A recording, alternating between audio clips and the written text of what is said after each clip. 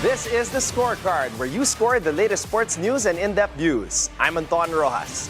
On the Scorecard tonight, Carlos Yulo and the Olympic legends shine at the PSA Awards. Hamilton and Leclerc suit up as Ferrari unveils the 2025 race gear. Woods and McIlroy light up TGL in an overtime thriller. While in the NBA, Vucevic leads the Bulls to a 129-121 victory over the Nuggets.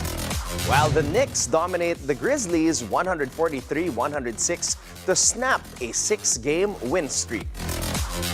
And we will get to know the latest developments in the country's esports scene. All the headlines and more on the Scorecard tonight, the 28th of January. Now here's our roundup.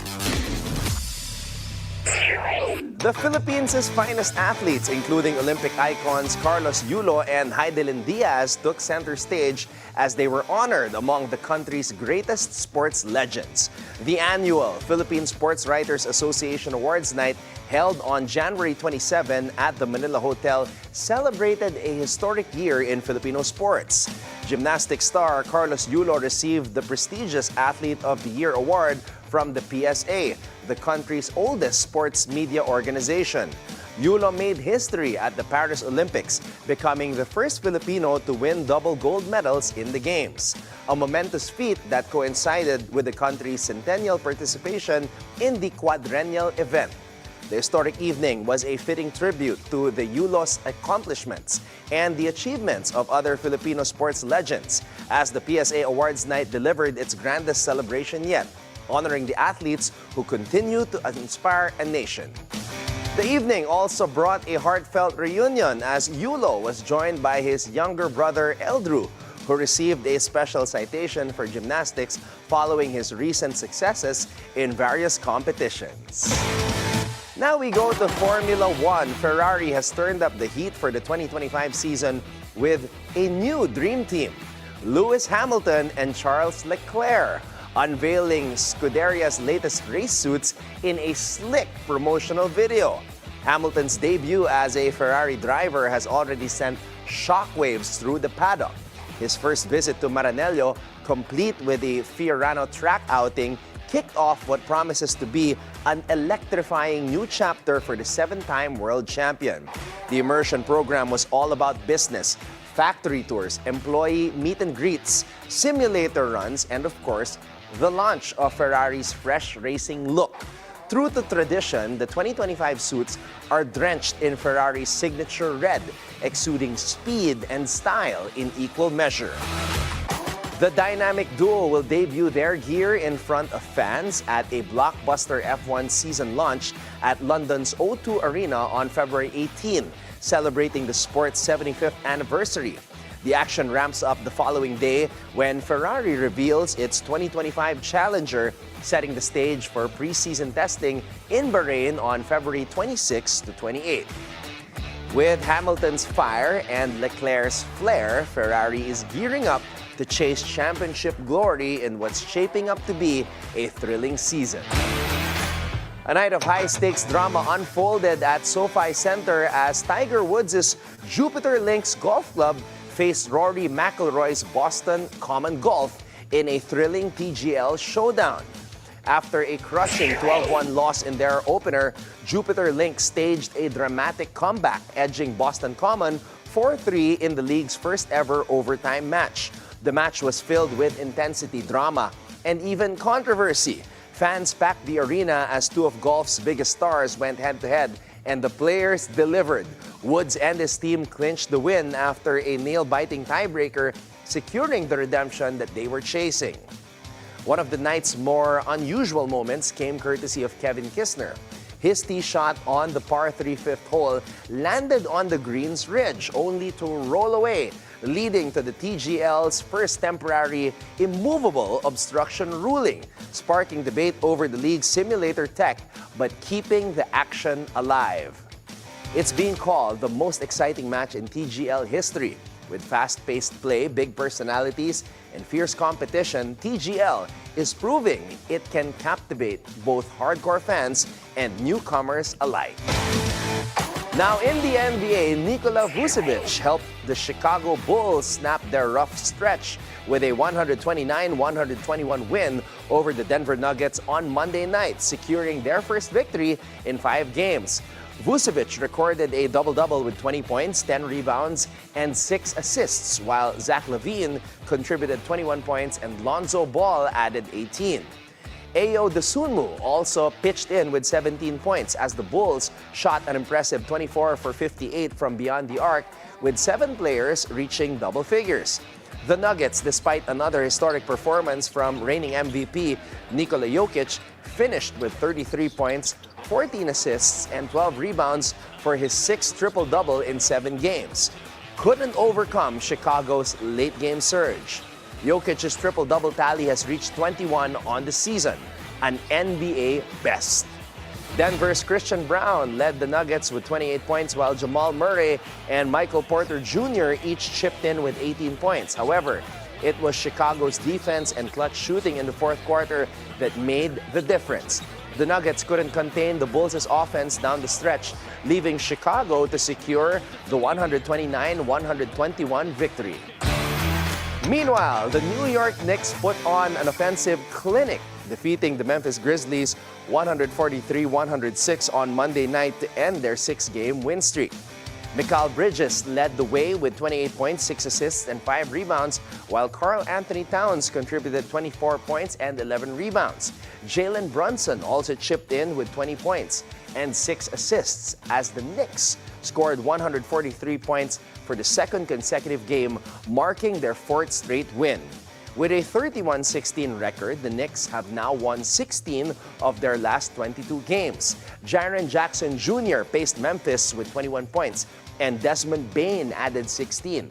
But the Grizzlies couldn't overcome a string of turnovers. Memphis, which leads the NBA in points per game, 123.5, was undone by 26 turnovers, 19 of which came in the first 3 quarters. The Grizzlies, who had been a dominant force in the Eastern Conference with a 14-3 record against teams from that region, fell to just 4-4 in their last 8 games. Meanwhile, the Knicks' hot streak continues, with the team looking poised for another strong playoff push. And now, here are the other results from around the NBA.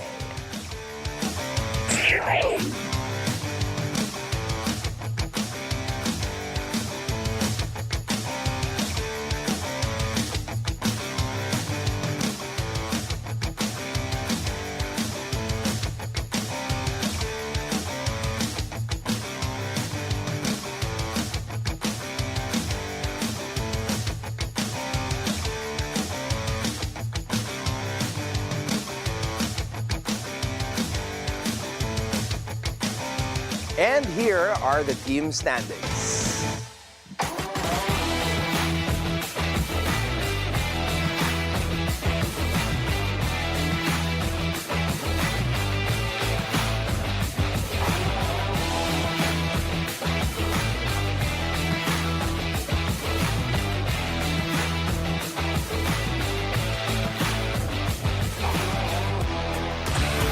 Now let's go to your daily dose of sports lingo.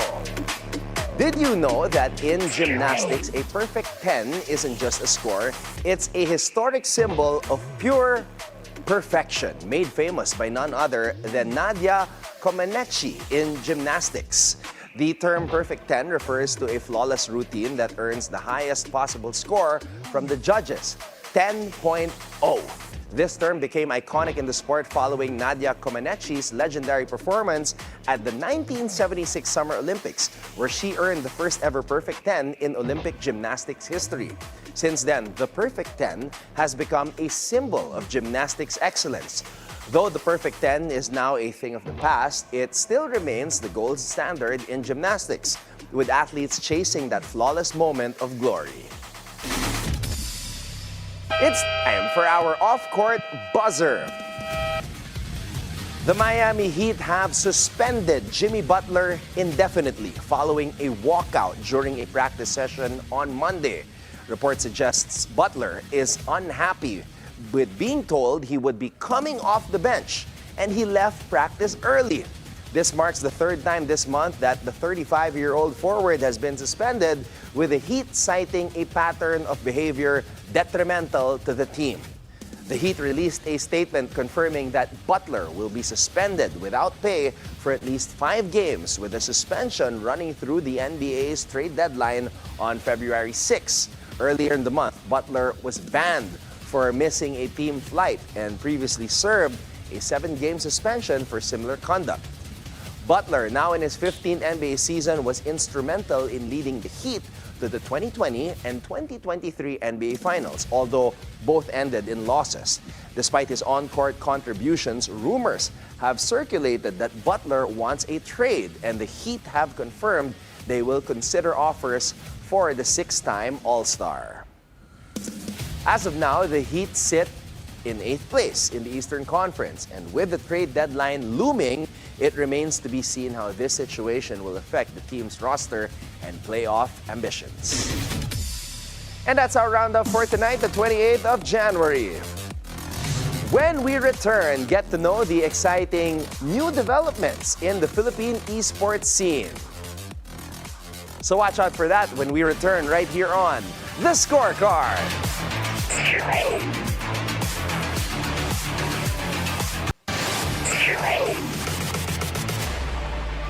Welcome back to The Scorecard. There are 2 new kids on the Philippine esports block, Saudi Arabia's Twisted Minds and Team Falcons, heralding the reshaping of the country's MPL landscape. Let's get to know the new players and shakers. He's papping. This is where he's ganking.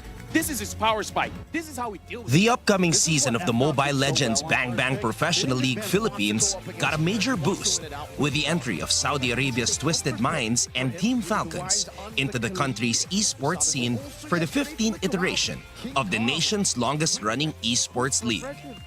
Both teams have proven their mettle in international events like the M-Series and the MLBB Mid-Season Cup, and their entry to the Philippine esport ecosystem is a major step, considering that the country is considered as one of the most formidable MLBB regions in the world.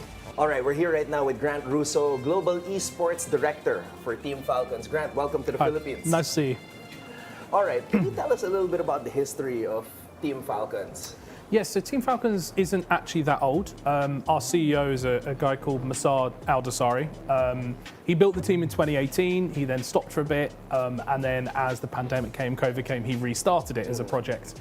So sort of it's only really been running fully for about 4 to 5 years, so it's fairly new and fresh, but during that time it's had the most insane growth and insane rise.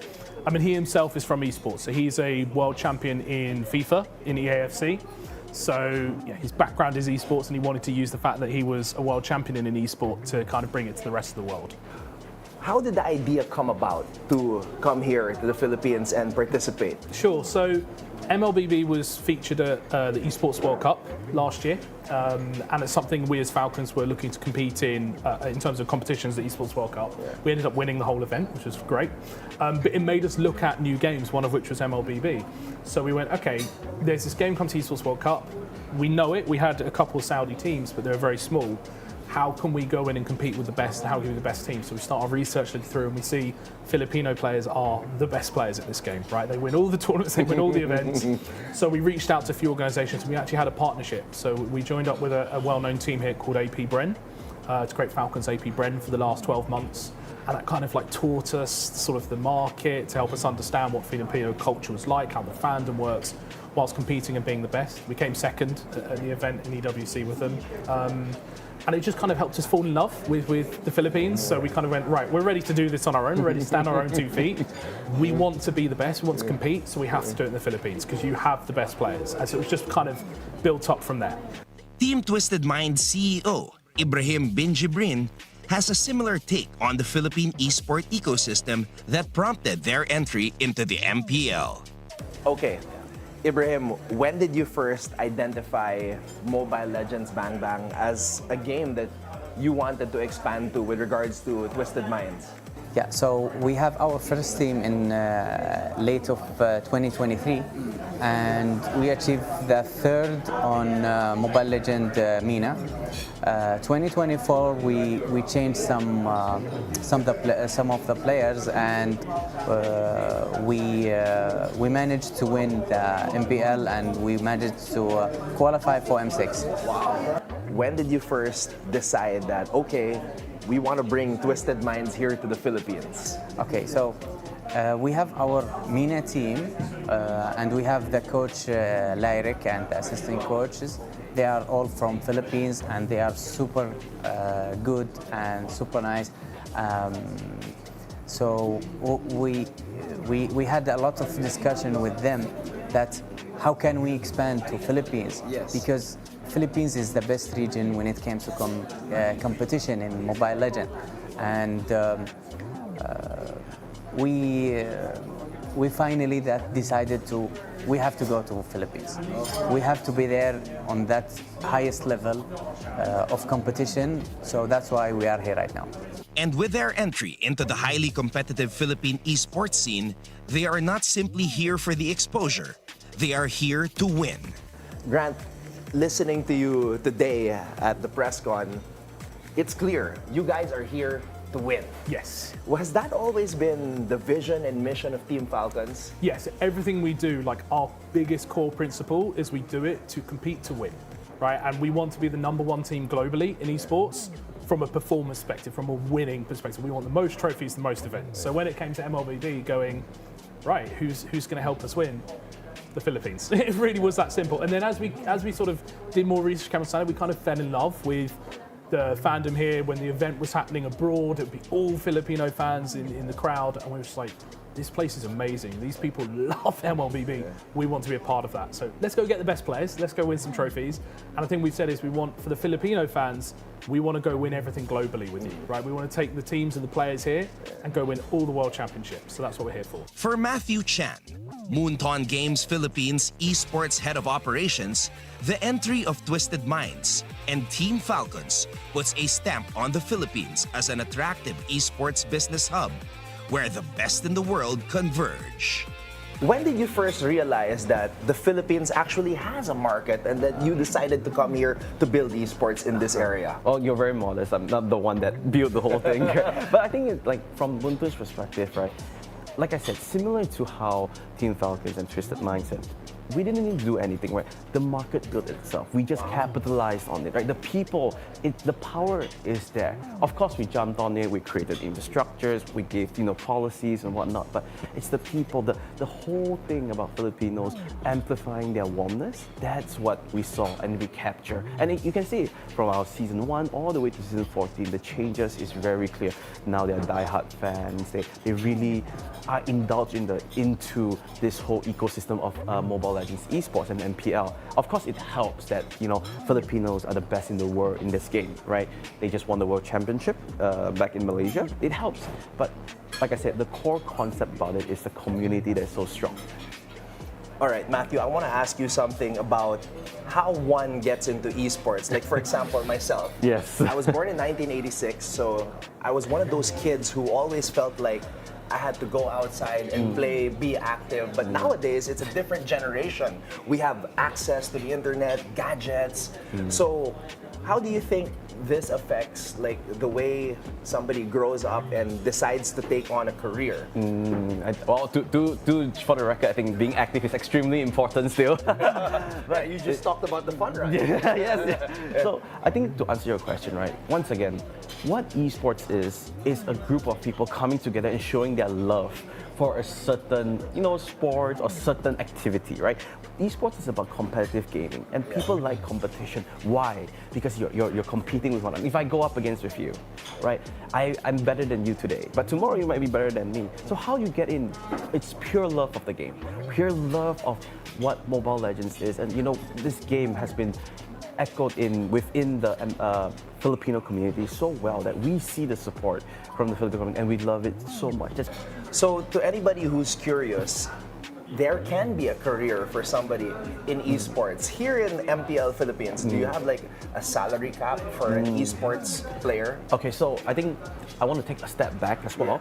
So a career in esports is just like a career in every other industry, right? Look, even me sitting down, I'm nowhere good to be a pro player, right? But within the esports industry, there's going to be a lot of other jobs. For example, you have media, you have broadcast, you have social media, you have production. All of these things are within the esports ecosystem. They support the esports ecosystem, similar to sports, right? Yes. When you have basketball players, you have your logistics, you have your equipment. All of these are still relevant, and that's what makes esports run, right? Of course, for the players, right, within the league, we do have certain systems because we're a franchise league. Yes. We have certain systems to ensure the ecosystem is sustainable because we know we as Bun Games need to make sure the ecosystem is sustainable in the long run so that it keeps on serving back towards the Filipino community. So it's not just in and out for any other like any other sport. And you can see that with this is our, off the top of my head, it's our 4th or 5th year running it,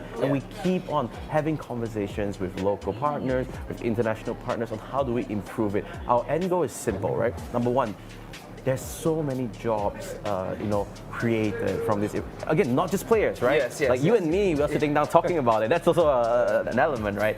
Number two, we are always looking for ways for players and also for coaches to be part of this ecosystem. How do we further enhance this ecosystem with additional policies that at face value might seem a little bit, uncertain, but it's always about the long run of the ecosystem. Just for curiosity, if you don't mind, what's the lowest salary in a month that a player can get?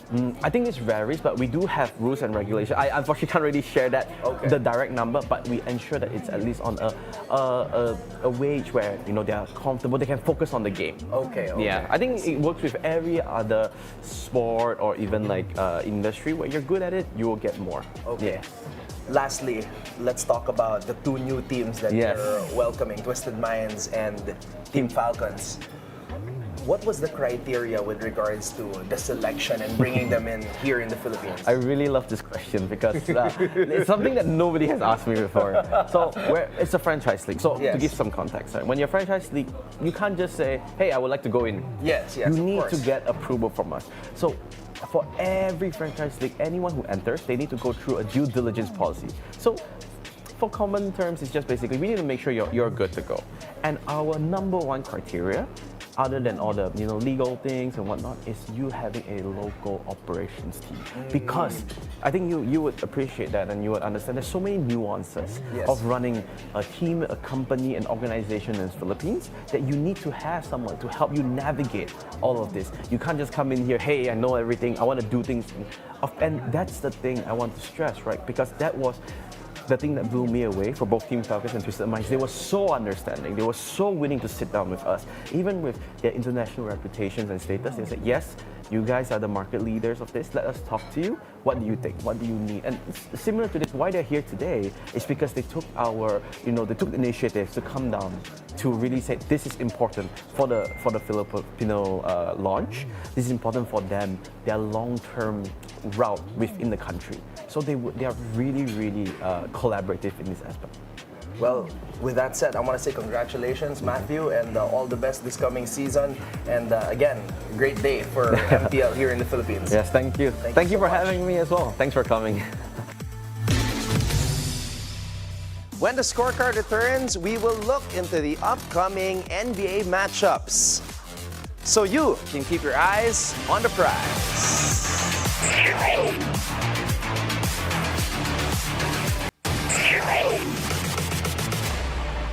Welcome back to the scorecard. It's time to keep your eyes on the prize. We'll break down the upcoming matchups to deliver key insights that might just give you the edge you need to stay ahead of the game.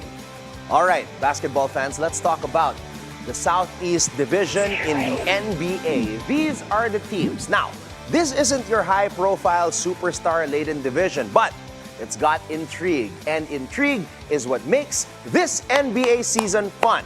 We've got a team sitting in pole position, a couple of squads hoping to crash the party, and 2 franchises that might as well be planning their off-season vacation already. Let's break it down. Let's start with the Orlando Magic, the unlikely kings. The Magic are sitting at the very top of this division, and let's be real, this wasn't the script we had in mind a couple of years ago. This team was supposed to be still figuring things out, but here they are playing disciplined, fundamentally sound basketball. Paolo Banchero has stepped up as a legitimate star. Franz Wagner looks like the best thing out of Germany since Dirk. And Jalen Suggs has been a two-way force. What makes Orlando dangerous, though, is their defense. They've got length, they've got versatility, and they make opponents work for every bucket. It's not always pretty, but they play a style that works. The big question, though, can they handle the pressure of being the hunter or the hunted instead of the hunters? Because suddenly, teams are circling Orlando on the schedule and expectations are different. This isn't a fun young team anymore. This is a squad with real expectations. Now, there is the Miami Heat waiting for the playoffs as usual. The Miami Heat are always an enigma though. Every single year, they coast through the regular season looking like they might miss the playoffs entirely, and then suddenly, they're in the finals. But that strategy only works if you have the pieces to turn it on when it matters most. But right now, Miami's biggest piece, Jimmy Butler, has been suspended indefinitely. His third suspension this month after missing a team flight and clashing over his role. He walked out of Monday's shoot-around and was handed a minimum 5-game ban. His future with the team, uncertain. His trade request, complicated. And with the deadline approaching, there's a real chance that we've seen the last of Jimmy Butler in a Miami Heat jersey. Meanwhile, Bam Adebayo remains an elite defender, but can he carry more of the offensive load? Tyler Hero can put up points, but is that enough when Miami's depth relies on undrafted gems catching fire at the right time? The bigger problem though, the league isn't as afraid of them as it used to be. A few years ago, nobody wanted to see Miami in a playoff series. Now, if this team doesn't get hot late, they could find themselves stuck in the middle of the East without a clear path forward. Can they rally without Butler, or is this the beginning of the end for this version of the Miami Heat? Now, let's talk about the Atlanta Hawks. What exactly is this team? If you figure out the Hawks, let me know, because I don't think even they know what they are. Trae Young, okay, he's still putting up numbers, but are they winning numbers? Onyeka Okongwu was supposed to give them a defensive backbone in the backcourt, but that pairing still feels a little bit off.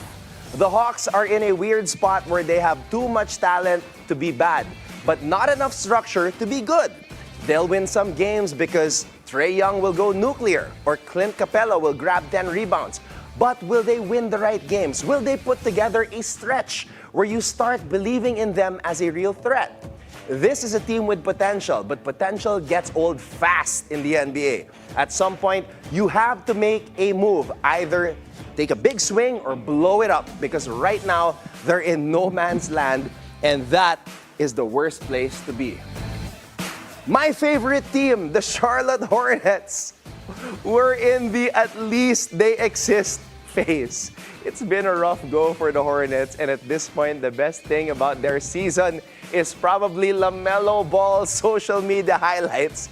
This team just hasn't been able to put together anything resembling consistency. There is young talent here, sure. Brandon Miller, out for the season, but he flashed some serious potential. LaMelo Ball, obviously, when healthy, he's one of the most entertaining players in the league. But what is the plan? Are they rebuilding? Are they trying to compete? Because right now, they are just existing. And that's not a great place to be when the rest of the conference is moving forward. Washington Wizards, rebuilding, but in the weirdest way possible. If the Hornets are in limbo, the Wizards are just floating in space. This is a team that finally admitted it was time to rebuild, but didn't exactly go all in on the tank. Jordan Poole was supposed to be the guy here, but it turns out giving a player full offensive freedom isn't always a good thing. Kyle Kuzma, he's solid, but is he a foundational piece? This team feels like a bunch of individual talents playing their own games rather than an actual unit. The good news, though, At least they're not pretending to be competitive anymore. The bad news, they might be a long way from actually. Where does that leave us? Orlando is the best team in the division right now. But are they built for a deep run? Miami is lurking, but they might have to rely on their usual postseason magic. Atlanta is a wild card. Dangerous but inconsistent. Charlotte and Washington, yeah, we'll have to check back on them again in a year or two. The Southeast Division might not have a juggernaut, but it's got layers. And in an NBA season where chaos is always around the corner, don't be surprised if we're talking about one of these teams making a surprising push when the playoffs roll around. Now, here are the NBA odds for tomorrow, January 29.